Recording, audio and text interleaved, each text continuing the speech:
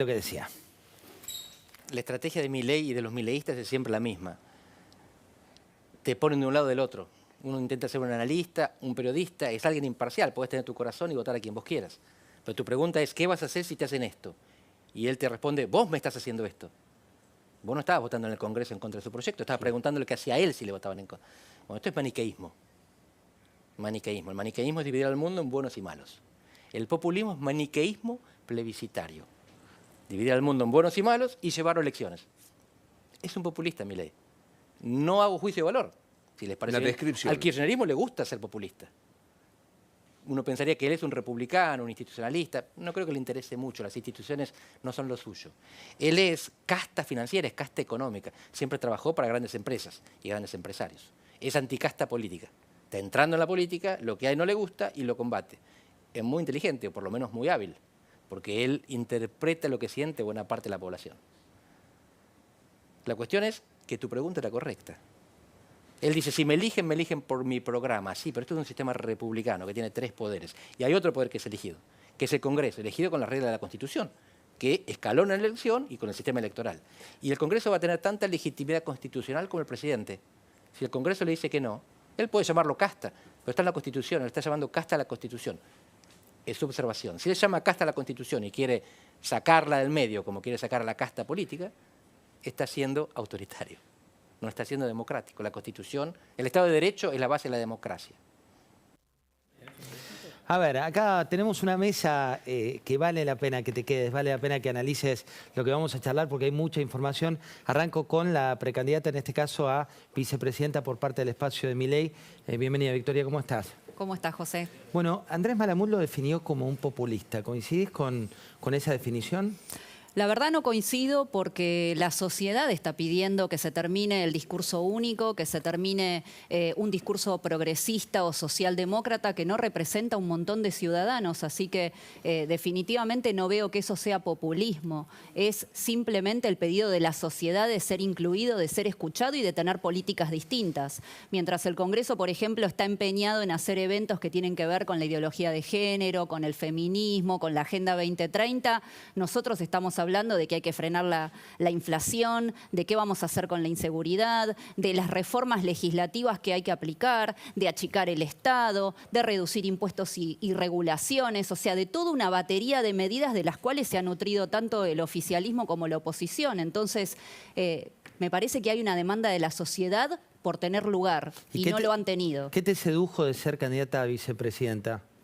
Me sedujo que Javier Milei tiene coraje, no tiene problemas en ir contra la corriente y yo en eso también he hecho lo mismo en otras temáticas y me siento representada por una persona que dice lo que piensa aunque sea políticamente incorrecto. En una clase política que en la mayoría de las situaciones está coacheada o ya no representa el sentir de la ciudadanía, escuchar a una persona que con sus aciertos y sus equivocaciones aún así expone lo que piensa, me parece que es muy bueno para la política y además para la ciudadanía. Se sienten incluidos con nuestro discurso. Bueno, a mi izquierda tengo 2 referentes que son de los no coacheados, ¿eh? Eso también lo valoramos. Fernando Iglesias, ¿cómo estás? ¿Cómo te va, José? ¿La paternidad, cómo va? Extraordinario. ¿Bien? Una experiencia que, bueno, tardó mucho porque tengo 66, pero vale la pena. ¿Durmiendo todavía poco? Pues eso es lo de menos. ¿La política en este contexto? Y la política es complicada, está complicado el país y es natural que la política esté complicada.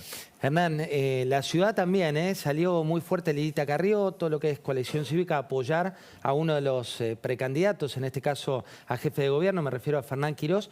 ¿Por qué salen tan fuerte en ese sentido? Porque creemos que es el mejor candidato para Juntos por el Cambio en la ciudad y porque la evolución que tiene que hacer la Ciudad de Buenos Aires, después de la transformación de 16 años, la encarna Fernán.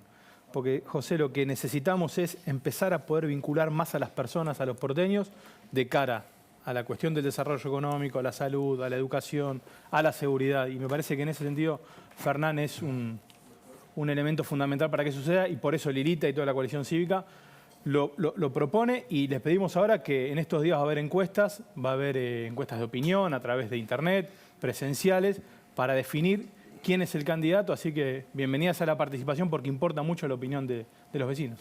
Bueno, y en esta mesa sumo también a Matías Moreno, @MatiMore, síganlo, que es quien cubre todo lo que es Juntos por el Cambio en La Nación. Mati, ¿cómo va? ¿Cómo andas, José? Buenas Vos noches. no tenés laburo por estos días. No, está tranqui. movido. Creo, bueno, hablando del escenario en Capital, a partir de la reunión del lunes entre Mauricio Macri, Horacio Rodríguez Larreta, Patricia Bullrich y María Eugenia Vidal, comenzó a destrabarse, te diría, el armado de PRO en los dos principales distritos. La Capital se definió que se elija por encuestas el candidato y, sobre todo, me parece lo más novedoso, en Provincia de Buenos Aires se terminó la discusión por ahora respecto de si ir con un solo candidato a gobernador o con dos, ante la chance de que Axel Kicillof les doble la elección general. Bueno, Patricia Bullrich eligió a su candidato para esta batalla. Macri era uno de los que promovía esta idea de, bueno, tenemos que tener un candidato que mida bien eventualmente para que enfrentar al kirchnerismo en la provincia de Buenos Aires en caso de que se separen las elecciones en las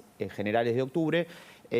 Bueno, Larreta quiso sostener a Santilli, considera que es un activo de su campaña. Como activo propio, Bullrich ya no de también, Juntos. Claro, Bullrich también quería tener su propio candidato a gobernador. Bueno, lo eligió a Grindetti, después tenía 3 candidatos iniciales, después se sumó Cristian Ritondo a partir de la decisión de María Eugenia Vidal de no competir como candidata a presidenta, y vemos cómo empiezan, José, a acelerarse los alineamientos de intendentes de la provincia de Buenos Aires, sobre todo los del interior. Esta semana fue muy importante para Bullrich haber sumado a el intendente de Bahía Blanca, que estaba cerca de Horacio Rodríguez Larreta. Reconocen también en la ciudad que Bullrich está midiendo bien en el interior de Buenos Aires. Creo que la batalla va a ser sobre todo en el conurbano bonaerense, donde Larreta confía que puede sacar una diferencia. Por eso también el interés en sostener a Santilli. Ellos creen que eso genera una oferta compacta. Bullrich creo que va a reforzar mucho su campaña ahí, y también para acompañar a Grindetti, que al igual que De la Torre o en el caso de Javier Igualzoil, no tiene un nivel de conocimiento tan alto, pues no tiene la ventaja de haber ya participado en una campaña como Santilli. Bueno, De la Torre ayer salió a la cancha y dijo que se tenía que bajar Larreta. Fue muy fuerte eso. Pero antes de esto me voy a meter con Cristina Fernández de Kirchner. Cristina dio esa entrevista en C5N, lo decíamos el viernes, tuvo picos de rating muy altos, inclusive 11 puntos de rating, que no es lo habitual para un programa de cable. Y en un momento habló de la Corte, habló de lo que viene, y me interesa sobre todo los dos lados que tenemos de esta mesa, que analicemos la frase de Cristina. Mirá lo que decía Cristina Fernández de Kirchner. Porque esta ya no es una cuestión solamente de persecución a una dirigente política o de prejuicio al partido político, el peronismo concretamente. Creo que yo toda la vida dije que no venían por mí, que venían por el peronismo. Pero me parece que además vienen por el sistema democrático, porque en definitiva una corte que se ha constituido en una camarilla de 3 personas, de las cuales 2 fueron designadas por decreto y aceptaron por quien fue el anterior presidente de la República, y se comportan de esta manera, la verdad que debería preocupar a todos, ¿no? Debería preocupar a todos. Vienen por el sistema democrático. Victoria, ¿vienen por el sistema democrático?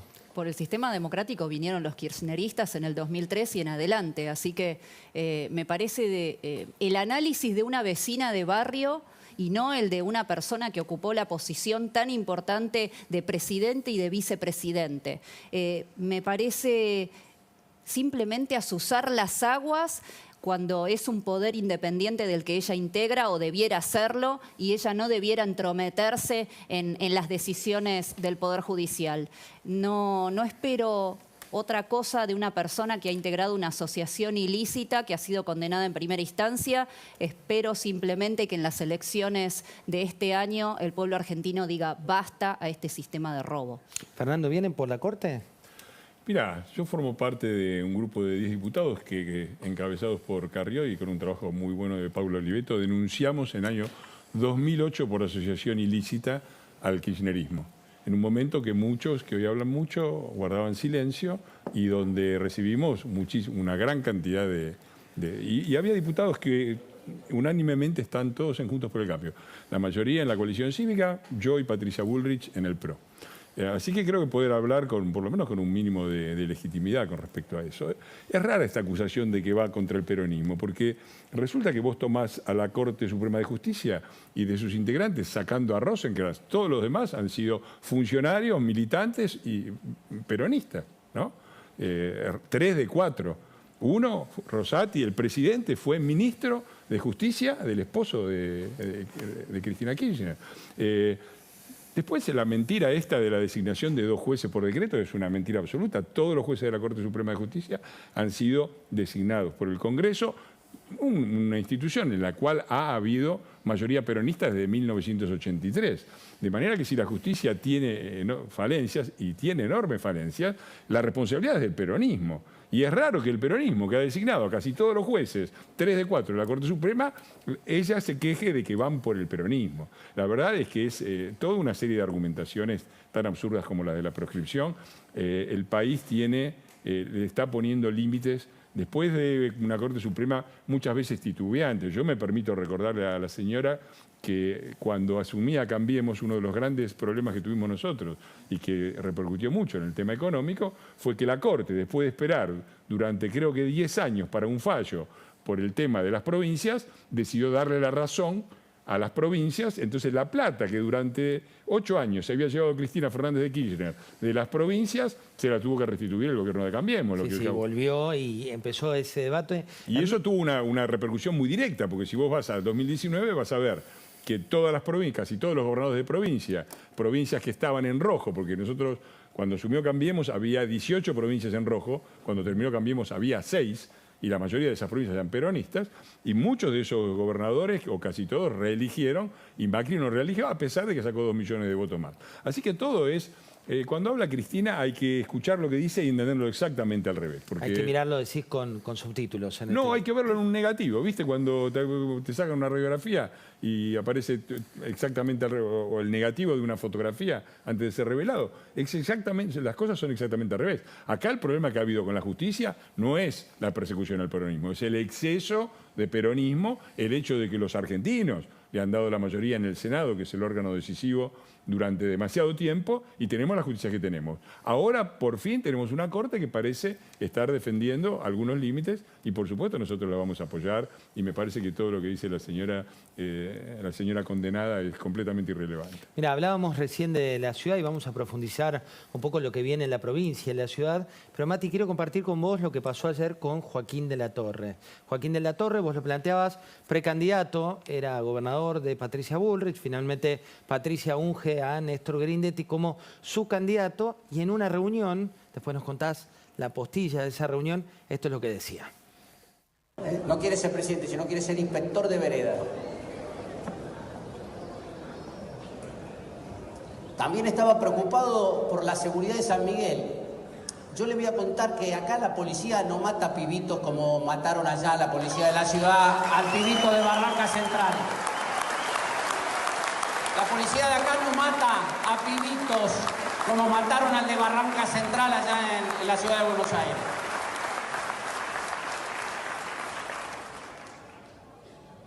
Pero no nos ocupemos más del inspector de vereda. ¿Se acuerdan cuando se sacaba la foto con Kicillof y con Alberto Fernández? Estaban contentos, 90% imagen positiva. ¿Se acuerdan o no? Nosotros creemos en la libertad. Creemos que nosotros no somos nadie para conducirle la vida.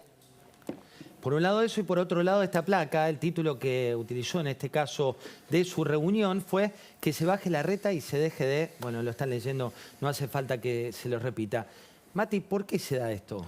Bueno, el enfrentamiento de la Torre con Larreta viene desde 2021, cuando el jefe de gobierno promovió el pase de Diego Santilli a la provincia de Buenos Aires. Recordarás que en ese momento estaba la discusión de si Vidal volvía a competir en la ciudad como candidata a diputada, una idea que planteaba también Larreta. Bueno, de la Torre fue de los dirigentes que con Jorge Macri en ese momento, que resistía a ese pase de los porteños, decían, a la provincia de Buenos Aires, decían que con la salida de Vidal tenía que ser un intendente o alguien con experiencia en la provincia de Buenos Aires el candidato a diputado nacional en ese momento.